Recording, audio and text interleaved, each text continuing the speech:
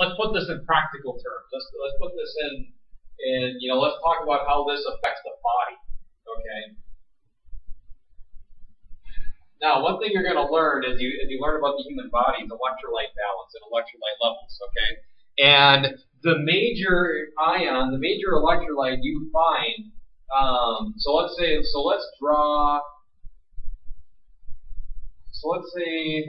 this is a red blood cell. Okay. You see that well enough? Make that a little bigger. Okay, let's say this is a red blood cell. All right, better. All right. And let's say we took that red blood cell and we just kind of, stuck it in a beaker for a little bit more. Okay. And let's say on the inside of this red blood cell, okay, let's just say there are 300 sodium ions. Okay. And let's say in the water, remember, in the watery environment of the inside of the cell is called ICF, intracellular fluid. Okay. And let's say in the extracellular fluid, the water outside of the cell, there are 300 sodium ions. Will there be a net movement of water? Think about that for a second.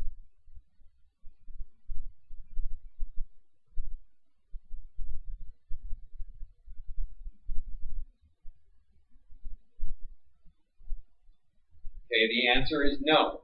There will not be a net movement of water because there is an equal amount of this ion.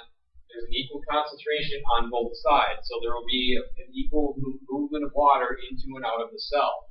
Okay, this is what we call an isotonic solution. Isotonic, meaning there's a balance in the electrolytes, there's a balance in the water movement, okay, and we're fine, okay? And this is important because, water is always going to be shifting into and out of cells in the body all the time, okay? We want an equal movement in and an equal movement out, okay? Because if we don't, you guys can figure this out, and let's say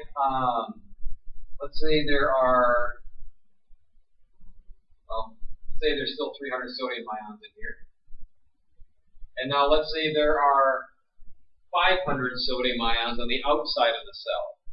Okay, what direction is water going to shift this time? Water will move this time. What direction is water going to travel?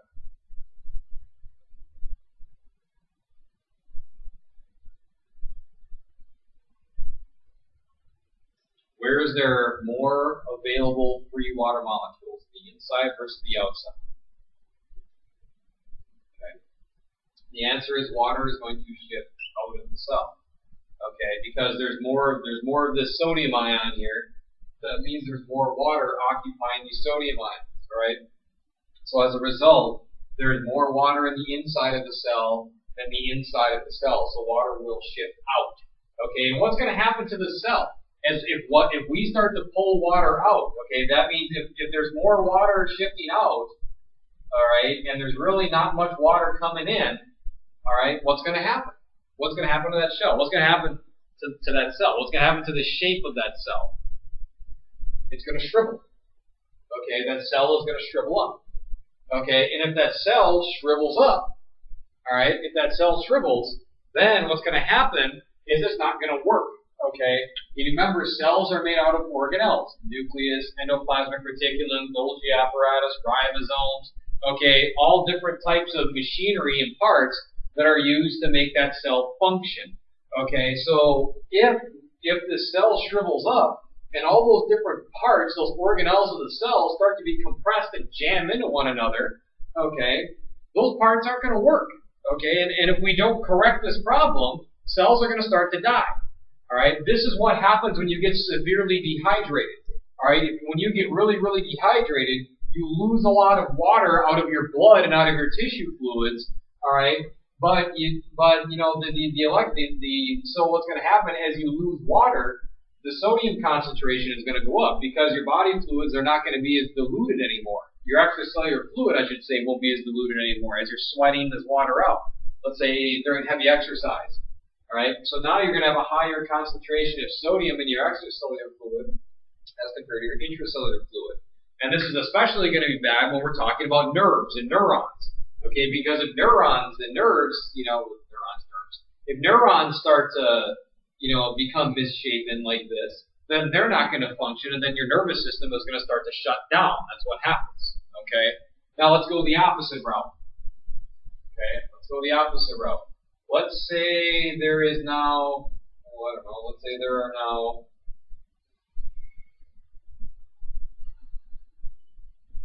150 sodium ions in the extracellular fluid and 300 in the inside of the cell. Now what direction is water going to travel?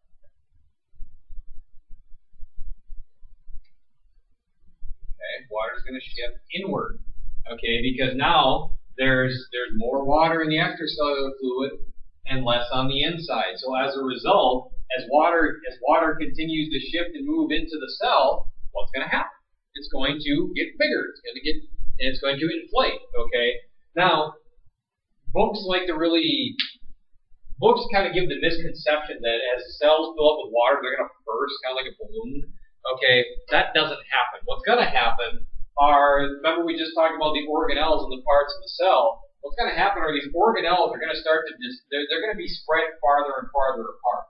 Okay, and as those organelles are spread, let's say for example you've got the nucleus, all right, and then you've got the endoplasmic reticulum and ribosomes.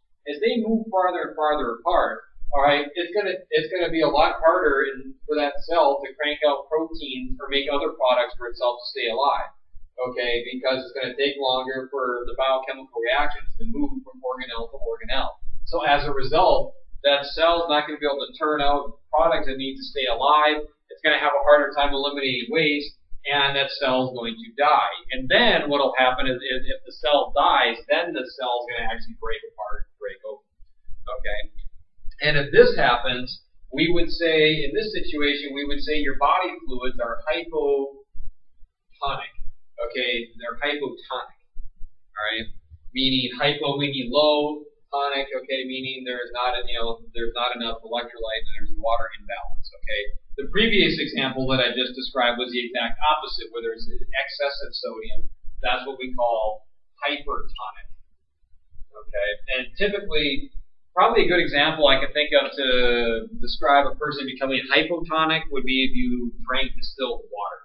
Okay, and a good amount of it. Okay, because distilled water is pure water. There's it's filtered, it's cleaned out. There's no electrolytes, there's no salts, there's no nothing in it. Okay, so if you drink pure water and a good amount of it, you're going to dilute your body fluids very severely. Okay, and then as a result, you're going to become, this situation will arise. All right. So that's osmosis in a nutshell. Again, osmosis is the movement of water into and out, across the semi-permeable membrane. Okay. Now remember, like I said, wherever there are more solutes, there's going to be less water. Okay, because of how water chemically behaves. All right. Keep that in mind. All right. And if you have any questions on this, don't hesitate to email me and ask about this. But I would recommend watching this video definitely more than once, because osmosis can be a tricky thing to learn and understand. All right, but as you move your way through anatomy and physiology, especially when we get to A&P2, and we learn about kidneys and water and electrolyte balance, okay, this is going to be really critical stuff to come back to and understand. All right, so again, if you have questions on this, don't hesitate to contact me.